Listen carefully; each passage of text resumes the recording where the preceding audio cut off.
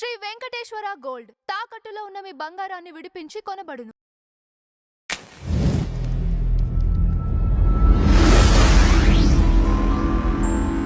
నమస్కారం అమ్మ. నమస్కారం. అమ్మ, వెంకటేశ్వర స్వామి వారి కళ్యాణం గురించి ప్రేక్షకుల కోసం చెప్పరా? వెంకటేశ్వర స్వామి కళ్యాణం మామూలుగా మనుషులు ఒకటే కళ్యాణం. అవును. ఎందుకంటే అది మనం చేసేటప్పుడే మమ్మ జీవన హేతున అంటే నా జీవితం కోసం అని చేసుకుంటున్నాం. అవును. దేవుళ్ళకి చేసేటటువంటి కళ్యాణాలు ఉన్నాయే లోక కళ్యాణ హేతవే అని చేస్తాం. లోక కళ్యాణం కోసం వాళ్ళు పదే పదే పెళ్లి చేసుకుంటారు. పెళ్లి చేసుకుంటున్నప్పుడు చాలా ప్రసన్నంగా ఉంటారు. ఎవరికైనా పెళ్లి అంటే ఇష్టంగా ఉంటుందిగా, ప్రసన్నంగా ఉంటారు ఆ రోజు. అటువంటి ప్రసన్నంగా ఉన్నటువంటి వెంకటేశ్వర స్వామిని, లక్ష్మీదేవిని ఏ కోరిక కోరుకుంటే ఆ కోరిక తీరుస్తారు. వధూవరులు పెళ్లి చేసుకున్నాక మహాప్రసన్నంగా ఉంటారు. వెంకటేశ్వర స్వామి, లక్ష్మీదేవి అంటే శ్రీదేవి, భూదేవి అన్నాం కదా, మహాప్రసన్నంగా ఉంటారు.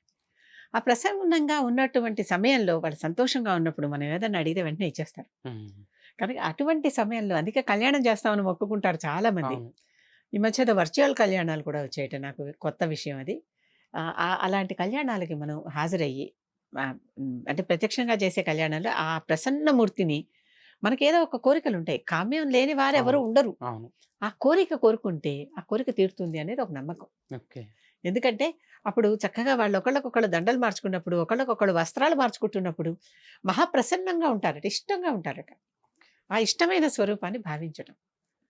వెంకటేశ్వర స్వామి కళ్యాణం నిత్యం అక్కడ తిరుమలలో శ్రీదేవి భూదేవికి అంటే మిగిలిన ఎన్నో ఆలయాల్లో కూడా శ్రీదేవి భూదేవితో చేసినప్పటికీ ఈ వెంకటేశ్వరుడి కళ్యాణం పద్మావతితో జరిగింది. ఆ పద్మావతి సాక్షాత్తు లక్ష్మీ స్వరూపం. లక్ష్మీదేవి విష్ణు మీద అలిగి వెళ్ళిపోయి తర్వాత తిరుచానూరులో ఆ కొలనులో పద్మంలో పుట్టింది. ఆ పుట్టినటువంటి ఆవిడని మళ్ళీ తిరిగి వెంకటేశ్వరుడు అక్కడికి వెళ్ళి చూసి, శ్రీనివాసుడు రూపంలో వెళ్ళి చూసి ఆ ఆవిడని వివాహం చేసుకున్నాడు ఒకడు మాత సహాయంతో. అది ఏమీ లేని వాడే అని వాళ్ళందరూ అనుకుంటారేమోనని అప్పు చేసి మరీ పెళ్లి చేసుకున్నాడు పద్మావతి దేవిని. ఎందుకంటే మళ్ళీ లక్ష్మి వెళ్ళిపోకూడదు, మళ్ళీ పట్టుకోవాలి. అటువంటి వెంకటేశ్వరుడు ఆయన. పద్మావతి దేవి ఆలయం ఒకటి ఉంది అక్కడ, అక్కడికి వెళ్ళి చూసినా కూడా మనకి చాలా ఆశ్చర్యంగా ఉంటుంది. అదొకటి. తిరుచానూరులో పెళ్ళి కాకుండా పెళ్ళి అయినటువంటి వేరే ఇంకొక ప్రదేశం ఉంది అక్కడ. అది అమ్మవారి రాజ్యం అనమాట. అక్కడ ఆవిడ ఉండేది. ఇప్పటికీ దాన్ని నారాయణవనం అంటారు. అక్కడ అక్కడ ఉంటుంది ఆవిడ ఆ ఆలయంలో. అక్కడ పద్మావతి స్వరూపం సాక్షాత్ లక్ష్మీ స్వరూపమే. ఆ స్వరూపం మళ్ళీ ఇద్దరు కలిసి కొన్నాళ్ళు ఉన్నటువంటిది కళ్యాణ వెంకటేశ్వర స్వామి అని చెప్పి శ్రీనివాస మంగాపురం అని ఒక ప్రాంతం ఉంది. అక్కడి నుంచి వచ్చాక వాళ్ళు ఇంకా వేరే ఉండాలి అని ఈయన కొండ మీదకి వెళ్ళిపోయాడని ఈవిడ పక్కకి తిరుచానూరులోకి వచ్చిందని, అంటే తను ఎక్కడైతే ప్రత్యక్షమైందో ఆ ప్రదేశానికి తిరుచానూరులో కొలనులో, ఆ కొలనులో నీరు కనీసం తీసుకుని ప్రోక్షించుకున్నా మంచిదే. ఆ కొలనులో పద్మంలో సంభవించింది ఆవిడ పద్మావతీదేవి. పద్మంలో పుట్టింది కనుక పద్మావతి. ఆ ఆకాశరాజుకి పుత్రిగా పుట్టింది. ఎక్కడ ఇలాంటి ఆకాశరాజులా ఎలా పుట్టిందో మళ్ళీ అలాగే గోదాదేవి కూడా అలాగే ఆయనకు అన్నంలో దొరికింది. ఆండాళ్ళు పెరియాల్ వారికి, విష్ణు చిత్తుడికి ఇటువంటి స్వరూపాలు ప్రత్యేకంగా మన కోసం అలా సంభవించినాయి అన్నమాట. అంటే ఇక్కడ ఉన్నటువంటి జనాలందరి మీద కరుణతో వీళ్ళని ఉద్ధరించటానికి, వీళ్ళని రక్షించటానికి ఉద్భవించినటువంటి అవతారాలవి. అవి అలాంటి అవతారాలను ప్రత్యేకంగా పూజించాలి.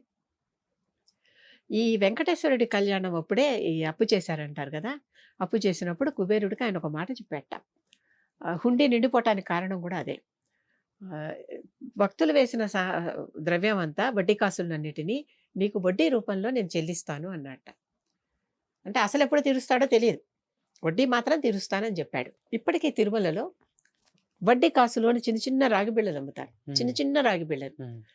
అసలు హుండీలో వేయాల్సినవి అవి మాత్రమే. మనం రకరకాలుగా వేసేస్తున్నాం కానీ మన వజ్ర కిరీటాలు ఇచ్చినా ఆయన వేసుకోడు, నచ్చకపోతే వేసుకోడు. ఎవరో ఇచ్చారు పెద్ద కిరీటం, బోల్డ్ కోట్లు చేసే కిరీటం ఇచ్చినా పక్కనే ఉంది, అది బీరువాలోనే ఉంది, వేసుకోడు. ఈ చిన్న చిన్న వడ్డీ కాసులు ఉన్నాయే రాగి బిళ్ళలు, హుండీలో వేసే ఆదాయం పరుల పాలవుతోంది, ఇతర ధర్మీయులు ఉపయోగించుకుంటున్నారు, దానిని మనవారే రకరకాలుగా కబ్జాలు చేసేసి వాడుకుంటున్నారు అని భావం ఉన్నప్పుడు వచ్చేసింది. అది నిరూపణ కూడా చాలా వరకు అవుతుంది. ఈ వడ్డీ కాసులు మాత్రం కొని వెయ్యండి చాలు. మొక్కు కేవలం వడ్డీ కాసులు ఇస్తామనే వడ్డీ కాసుల వాడ అని ఆయనకి పేరు. ఉమ్, రాగి బిళ్ళలు చిన్న చిన్నవి మన కందిపప్పు గింజలంతా ఉంటాయి ఒక్కొక్కటి. అలాంటి రాగి బిళ్ళలు అమ్ముతారు బయట. సరే వాటికి ఏదో కొనుక్కుంటున్నాం కదా, వాళ్ళకి డబ్బు ఇస్తాం కొనుక్కుంటాం. అవి మాత్రమే వేసి దండం పెడితే చాలు అనేది నా భావన. ఉమ్, లోపల మీరు వందలు వేలు లక్షలు కోట్లు వేసేసి వాళ్ళు తినేస్తున్నారు వీళ్ళు తినేస్తున్నారు అని బాధపడే కంటే మనం వాళ్ళకి చెడ్డ పని కూడా నేర్పినట్టు అయింది కదా. అవును, అక్కడ గిన్నె మీద మూత తీసి పెడితేనే కుక్క వచ్చి మూత పెడుతుంది, అవును, లేకపోతే కుక్క మూత పెట్టదు. మన గిన్నెకి మూత వేసేసి లోపల పెట్టుకుంటే అవును, కుక్క వచ్చి మూత పెట్టదు. ఈ కుక్క మూతలన్నీ వచ్చి పెడుతున్నాయి అంటే అసలు అక్కడ గిన్నె లేకుండా చేయండి. అవును. వడ్డీ కాసులు వేయండి, ఆయన వడ్డీ కదా అక్కడ అప్పు తీర్చుకోవాల్సింది, అదొక్కటి వేయండి. అది నా అభిప్రాయం, పర్సనల్గా చెప్తున్నా ఇది. అంటే దీని బాధ్యత తీసుకుంటూ ఇంకేమీ వద్దు, ఊరికి అవేస్తాను మొక్కుకుంటాం. మనకు అవసరం వచ్చినప్పుడు ఇబ్బందులు వస్తే మొక్కుంటాం. సరే ఆ ఒక్క మొక్క ఏదో తీర్చండి, అంతేకాని పైన డబ్బులు వేస్తున్నారు చూడండి, ధనాన్ని ఈ రకంగా వేయకండి. వేసి అనవసరమైనటువంటి పాపాలకి తావు ఇవ్వకండి, పాపం చేసే అవకాశాలు ఇవ్వకండి, ఓకే. పాపం చేసే అవకాశాలు ఇవ్వకండి. వెంకటేశ్వరుడు మన పాపాలు పోగొట్టే తీరు అదొక్కటే. వడ్డీ కాసులు వెయ్యండి, ఆయన దానికి మాత్రమే ఆయన తృప్తి చెంది, మీరు వేసిన వడ్డీ కాసులు, ఇప్పుడు వడ్డీ కాసులు ఎవరు కొంటల్లా, అవును, వేరేవన్నీ ఏవో చేస్తున్నారు. ఆ వడ్డీ కాసులు కొని ఆయన దాంట్లో వేస్తే అక్కడికి ఆ పాపం హరించుకుపోతుంది. పద్మావతి కళ్యాణం చేసేటప్పుడు, శ్రీనివాస కళ్యాణం చేసేటప్పుడు, ఈ రోజున కూడా ఇంకోటి చెప్తాను. శ్రీనివాస కళ్యాణం పటం వేరే దొరుకుతుంది, ఉమ్, దాంట్లో సమస్త దేవతలు శ్రీనివాస కళ్యాణానికి వచ్చారు. ఉమ్, వాళ్ళు చక్కగా ఆ కళ్యాణం చేసే రోజుల్లో ధ్వజస్తంభం మీదకి ఒక పతాకం ఎగరేస్తారు. ఉమ్, ధ్వజస్తంభం అంతా పవిత్రం చేసేసి, దర్భలు పవిత్రాలు కూడా అంటారు వాటిని, దర్భలతో ధ్వజస్తంభం అంతా కట్టేసి చివరికి ఒక పతాకం పెట్టి ఆ పతాకాన్ని దర్భలతోనే తాడు కట్టి ఆ పతాకాన్ని పైకి ఎగరేస్తారు. సమస్త దేవతాహ్వానం అది. ఓకే. మా వెంకటేశ్వరుడికి ఇలా పెళ్లి చేస్తున్నాం, బ్రహ్మోత్సవాలు అప్పుడప్పుడు ఉత్సవాలు చేస్తున్నావు రండి అంటారు. అవి చూసుకుని దేవతలందరూ వస్తారట. శ్రీనివాస కళ్యాణానికి దేవతలందరూ వచ్చారు. వారందరికీ ఈయన కుబేరుడి దగ్గర తీసుకున్న అప్పుతో వీళ్ళందరికీ సమస్త సౌకర్యాలు సకల సదుపాయాలు చేశాడు ఉమ్, వెంకటేశ్వరుడు. అటువంటి చోట అలాంటి ప్రాంతం అన్నమాట అది. కనుక ఈ కళ్యాణానికి దేవతలందరూ వచ్చారనని ఆ పటం మన ఇంట్లో పెట్టుకుంటే శుభం జరుగుతుంది. ప్రతివారు వీలైతే మీకు చేతనైనంత సైజులో మన ఇంట్లో పెట్టుకోగలిగినంత సైజులో, ఎంత పెద్దవైనా దొరుకుతాయి, ఎంత చిన్నవైనా దొరుకుతాయి.